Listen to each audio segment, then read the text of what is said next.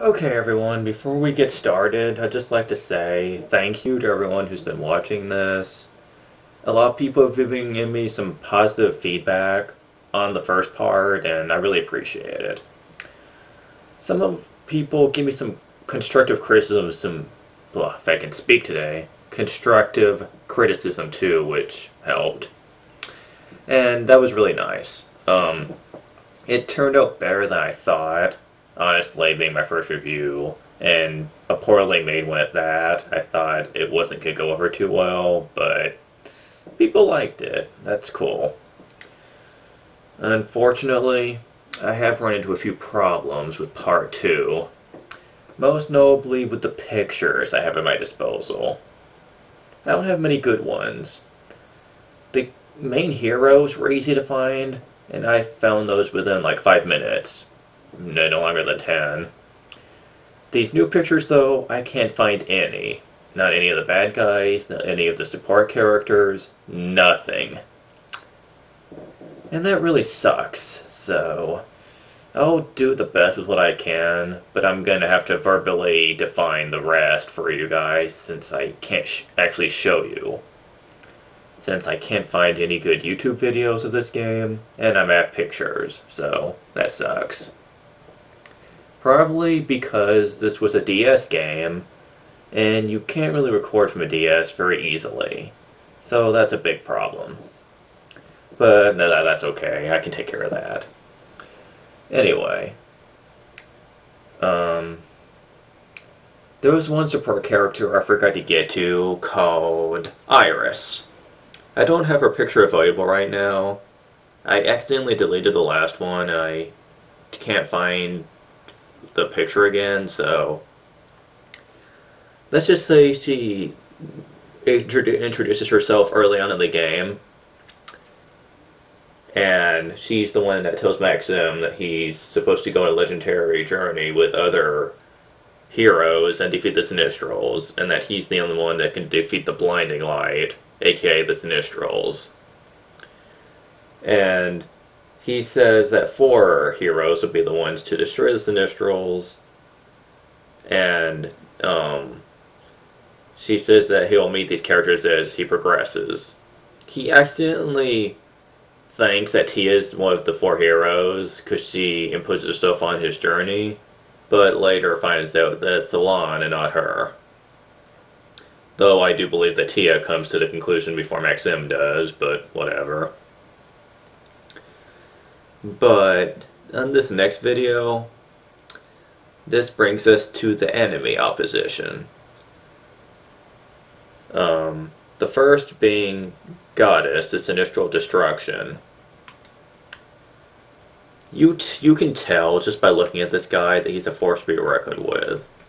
And while the picture's a little small,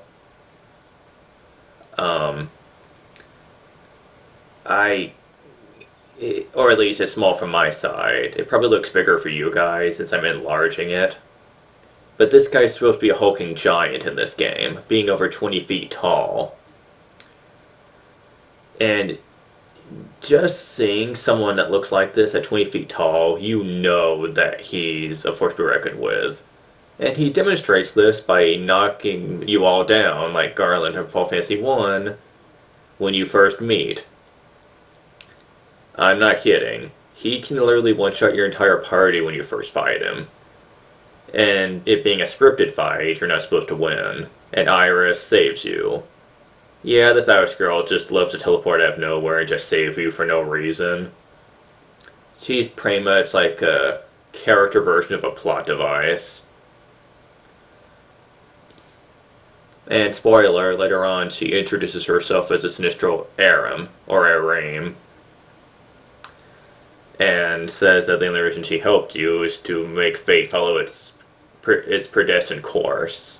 Although later on, she reintroduces herself as Iris to help you out after you beat them all.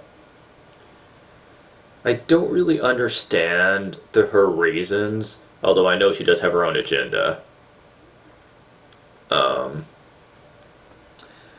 After you defeat Goddess later on in the game, an even stronger Sinistral comes his way, the brother of Goddess, Amon. This guy is a great deal stronger than Goddess and has much more powerful physical and magical abilities, as well as a lot more stats. When you first fight him, he lives to use his standard confusion wave, since he's the Sinistral of Chaos. Or I think it's called Chaos Wave, but it was called Confusion Wave in later games. He really doesn't have the same look. Oh yeah, I forgot to show off what Goddess looked like in the sequel. I mean, not the sequel, but the remake. Wait, no, I don't have it. Screw it. I'll just go back to Amon. Ugh. See how much trouble this is? Just because I don't have the pictures I need? This would have been so much easier. Sorry about that, everyone, but I'm doing the best I can with what I've got. But, yeah, Amon has very powerful physical and magical abilities. And, honestly, he's probably the first intro you're going to fight. And the main plot that's actually probably going to kill you a couple of times. Because that confusion, when you're dealing with a person this powerful, can really hurt you. Especially if it stays on you for more than 3 turns. Because you do have to stay regularly healed, and if a healer is confused, then you're toast. But if you're at a high enough level, it's not too big of a deal. And really, you don't fight the other 2 Sinistrals till the end of the game. In Lufia 2, anyway. Well, actually in Lufia 1 as well, but... after you get to the end of the game, you do a rematch against Goddess and Amon. Though with Dual Blade in your hands at this point, they are a great deal easier to beat. I don't really know how you were able to originally beat them without Dual Blade, but I think the plot reason is just that they weren't at their full power at that point. Otherwise you would have been toast. Because without Dual Blade, you cannot kill Sinistral at their full strength. Now, the problem with the Dual Blade is that it does insane amounts of damage to Sinistrals, making the weaker to Amon and Goddess incredibly easy.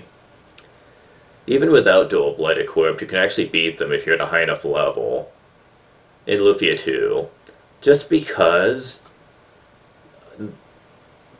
they make leveling up at the end of the game insanely easy.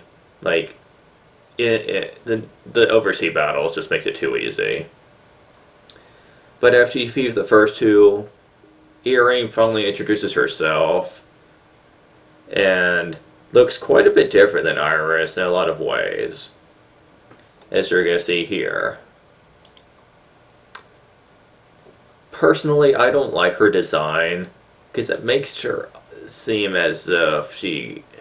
I don't even know how to describe her. She just looks weird. I'm guessing they're trying to give her the Valkyrie look, but it just doesn't work for her. She has a very evil-looking shield, a sword, which she never uses, since she only uses evil magic on you, like Dark Fry, which is... Fry is a holy spell in this game for some reason. So it's like a Dark Holy type of skill.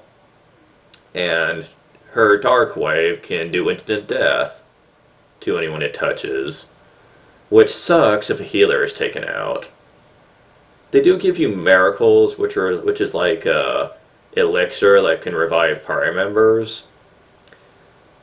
So you can use those, but she can sometimes kill off your entire party with Dark Wave. I've had it happen to me before, though it is a rarity for that to happen. Though if more than 2 characters are taken out, recovering from that can be kind of tricky, since you're going to want to heal as well as bring back the dead party members. But aside from instant death, she's not really all that hard. I'd say it's more about luck than battle of attrition when it comes to her, which honestly makes her the hardest boss you're going to be fighting. Since at this point, Group heals are easy to come by, since 3 of the 4 of your members have abilities to heal your entire party, and 2 of the party members can do it really well. So, if you're not dealing with status effects, then the bosses are insanely simple to beat. Which brings us to the last of the 4 of your Sinistrals, Daos or Daos. Okay, this guy is not very threatening, despite being the leader of the 4. I'm guessing he does have more powerful magic than all 4 of the other 3 Sinistrals, but it's not enough to really threaten you, since again it hits a group, and group spells are never as strong as single hit attacks. He can use the Confusion Wave and Dark Wave, but he seems to prefer the elemental magic more. So he's actually easier than all the other Sinistrals. I honestly have found this to be a problem in all the Lufia games except for Curse's Sinistrals. They gave him a new look, as well as Amon himself. Amon looks more like a zombie-like character, with a very sadistic smile on his face all the time. And honestly, I'm probably going to post a link to a picture that shows all 4 of the Sinistrals, since it's the only picture I could find anyway. I couldn't use it on the review, but I'll probably just post it in the description, just so you can see the new looks for the Sinistrals.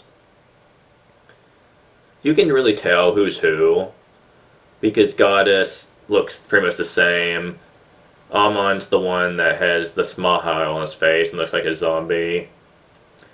Aram is, the female of the group. And Daos just looks like half-naked muscle man. I don't really get either. Amon and Daos were completely transformed into different appearances, and I can't say I'm happy with the changes to their design. It just makes them come off as different characters. Especially since Amon no longer uses a weapon or uses magic, but doesn't fight unless they're in their super form. Oh yes, I haven't discussed about the super forms yet, have I? Well, the super forms are like this. In Curse of Sinistrals, you fight them in their human form sometimes. Well, actually, no, you don't. You fight Goddess by himself, and then you fight his super form. And then when you fight Amon, you only fight him in his super form, since he doesn't fight you by himself, since he prefers to be the tactician of the group, farming seeds of chaos with all the 4 different kingdoms and making them war against each other. I did not like this very much. All he was a stupid plot device, and you didn't even fight him until you forced him into it, to where he had no other alternative but to fight you. Since you took Milka's mother, and her singing apparently had the power to reverse Amon's power. Again, I think this is really stupid. It pretty much takes the really awesome Amon from the original second one and just turns him into a wimp. Oh, but that's not what you want to hear about, is it? You want to hear about the super forms. Well, it's like this. All 4 Sinistrals are linked to a particular temple. Or, in Daos' case, the Doom Castle. Doom Island, excuse me. And their ultimate form is pretty much them linking with the temple or the building. In essence, they are the building. No, I am not kidding. They are seriously taking the forms of buildings. And they fight you as such once you force them into a corner. I honestly don't understand why they felt the need to do this, and it really pissed me off too, because fighting them like this is just annoying. It's not that they're overly threatening or challenging like the bosses in Show of the Colossus or anything. It's just that they're annoying to fight. They can also be annoying to kill just because of how long the battles take place, and your health has to last long enough. They give you a dodge roll technique which allows you to evade damage pretty easily, but if you haven't mastered how it works and how the enemy fights you, then it really just comes up as being annoying. It's also annoying if you're about to finally finish him and he gets a lucky hit on you and kills you, which has happened to me more than once in this game, actually. This game doesn't play fair, the remake. Enemies will tend to try, when they get low on health, try to abuse their special moves a lot more often to try and hurry up and finish you off, which in turn forces you to use items much faster. And if you only have a few items left, this can really screw you over. Cheap difficulty at its best. Douse, I don't believe, ever uses a super form in this game, since his normal form is hard enough. He apparently has the power to control time in the remake. No, I don't understand why he has that power, since no other being in this game seems to have that power, but hey. When you have Dual Blade, which you only get right before you fight Douse in this game, well yeah, I think that's stupid too. I mean, come on. Sure, you got Dual Blade at the end of the game and the original as well, but you still had opportunity to use the thing before you went to the final dungeon, so you at least had that to consider. But no, they really only let you use it on Douse and the new game. I'm just gonna call it Curse of Sinistrals. And by the way, Rise of the Sinistrals, Curse of the Sinistrals. How stupid is that? I mean, really? Come on. Anyways, using Dual Blade gives you the power to also temporarily stop time and hit him a few times. Though, how you use this ability is weird. Sometimes when I use it on Douse, I don't know if I'm doing damage or not until I turn it off. Which, by the way, saps your MP. Little by little. This is actually really annoying when you don't have a lot of items to heal MP with, except for Miracles, which heal MP in this game. Between using the MP items you have and the items, Miracles, that also act as potions in this game. Yeah, no kidding. Like, when I was down to just using Miracles, I actually waited till I was low on health to use the Miracle so that I would get it all back. Because I didn't know if the Miracles themselves would have given me enough TP, as it's called in this game, technical points, to actually survive on using the time stop alone. Because I was afraid if Douse didn't die by the time I ran out of Miracles, then I would be screwed, since he's very deadly. Unlike using magic in the previous game, he actually tries to get close to you and uses martial arts moves. Or he has a move where he jumps in the air and throws some sort of attack at you. I don't even know what it is. Like some sort of meteor attack. I don't get it. Douse in this game is just wasted. And after you beat him, it does the traditional all four Sinistrals come back and try to do a super attack. But you end up beating them all. And you have to go with Salon, who doesn't die at the end in this game, until you go to destroy the 3 crystals. And then they just decide to die. Like right then and there.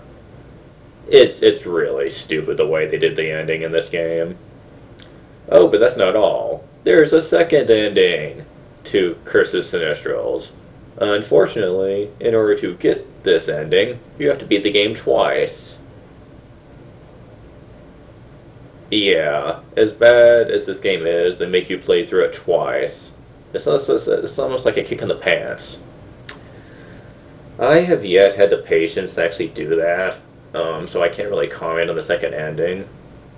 I'm sure I'll get to it eventually, but right now I just want to take a break from the game because it is just terrible.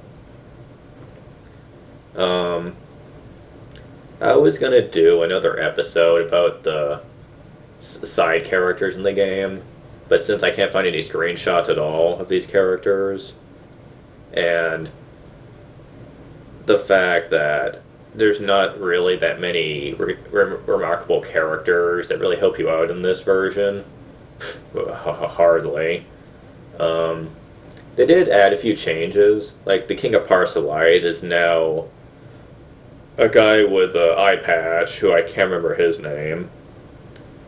He's weird to say the least. I didn't really understand why they changed it.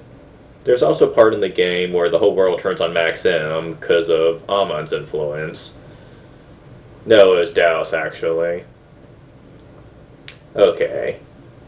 I honestly did not like this part at all. It kind of reminded me of, in Justice League Unlimited, where the world actually turns on the Justice League because they accidentally were sabotaged and one of their lasers hit the planet or something.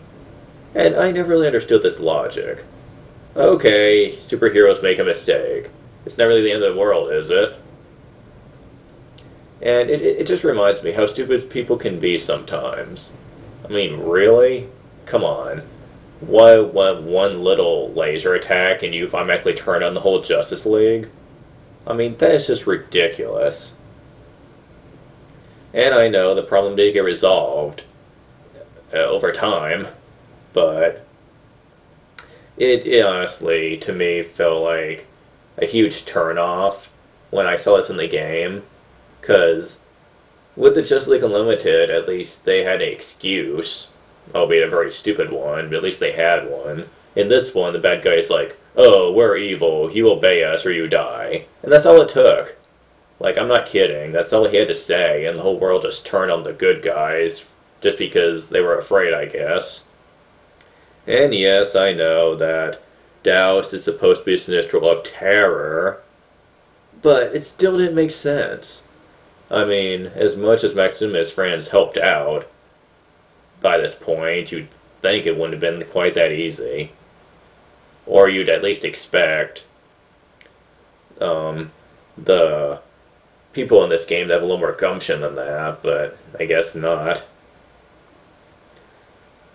I guess maybe Daos could have possibly had a hypnosis effect on the people, but if so, then it wasn't explained very well, because all he did was say some stuff, and then everyone automatically was afraid of him, so that was really stupid.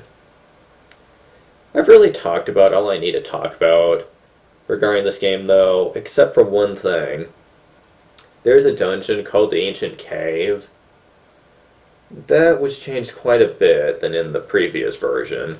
Since this is an action-based system, the battles, of course, are a lot different. Sometimes you run into the boss rooms in this version, where battles are a great deal harder, but you get more EXP, of course, which really is more important than you'd think, since levels are very important as you go farther down. So you really want to do as many of these as you can.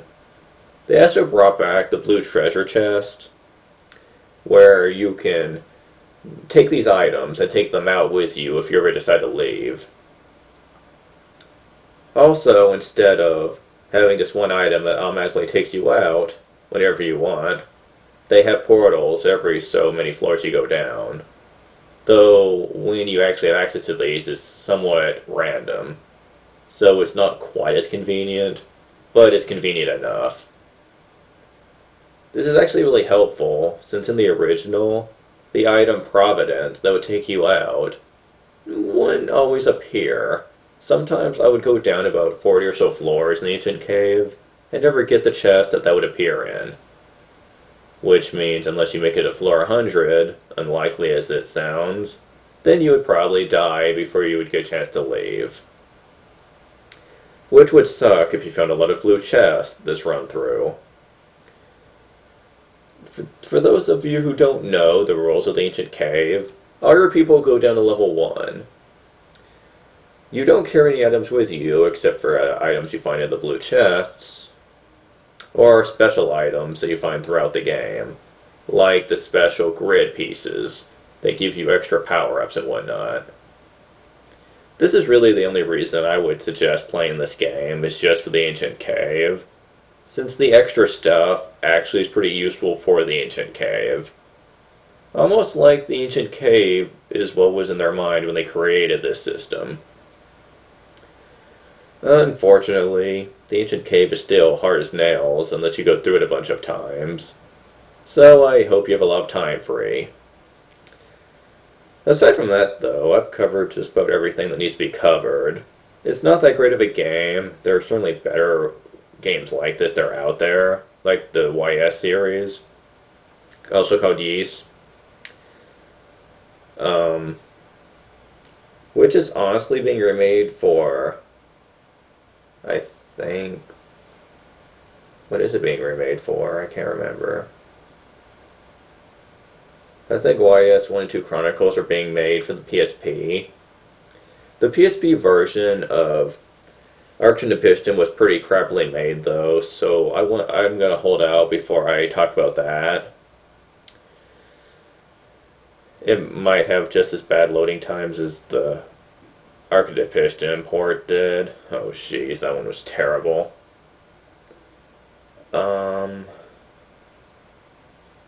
So that's all for me. This has been my review of... I can't even think. This is why I should have wrote a script beforehand. That and I'm tired right now. Lufia Curse of Sinistrals. There we go. For DS, I hope you people enjoyed it, and next time, hopefully I can actually review a game that I can get gameplay videos for. So long, everyone.